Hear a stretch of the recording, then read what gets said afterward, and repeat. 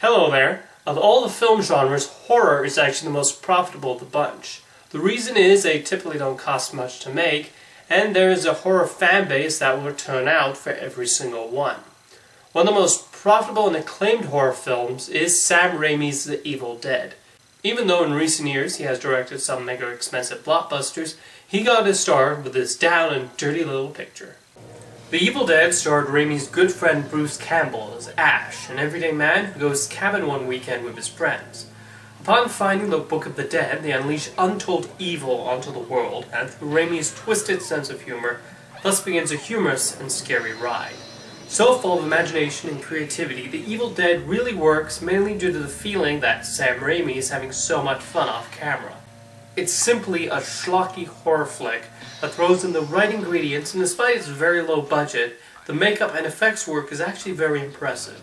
Bruce Campbell jumps into this role, and though the other actors are underwhelming, he more than makes up for it.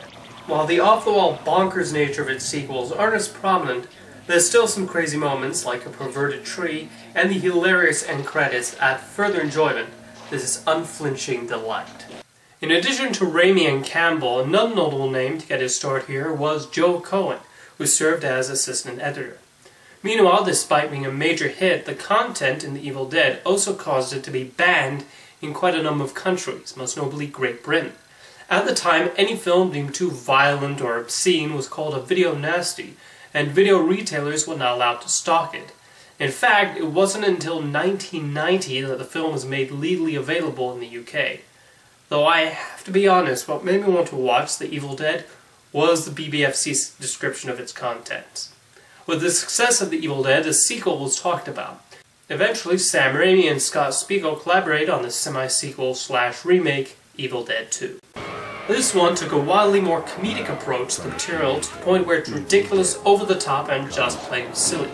Evil Dead 2 is a fun B-movie experience that doesn't take itself too seriously or overstay its welcome.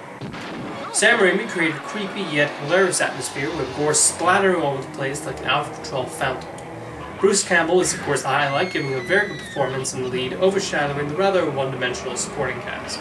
The makeup and stop-motion effects are very well done, and all add to the fun as well. Pretty much the whole thing is like Tom and Jerry times 10 million.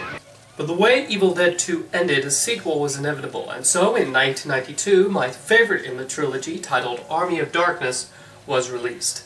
This one combined the comedic horror element with a fish-out-of-water story as Ash is transported to medieval England. While it's a departure from the style of the first two disappointed many fans, I find this to be a very funny and highly creative time travel tale. Bruce Campbell is at his best here, having fully evolved into this character. The humor pays homage to the likes of the Three Stooges, especially the hilarious sequence where Ash fights many versions of himself, but it never feels stale. The Ray Harryhausen-like skeletons also allow it to keep the low-budget feeling of the first two, despite being a major studio production. A part of me does slightly prefer the original ending where Ash wakes up in a post-apocalyptic future, but as a whole, this is the Evil Dead chapter I keep coming back to again and again. Since Army of Darkness, there have been talk of a possible Evil Dead 4 over the years, as who doesn't want to see Bruce Campbell dome the chainsaw again? Give the classic trilogy a spin. See you next time. Oh, and try not to read any Latin from unusual books. Just a helpful piece of advice.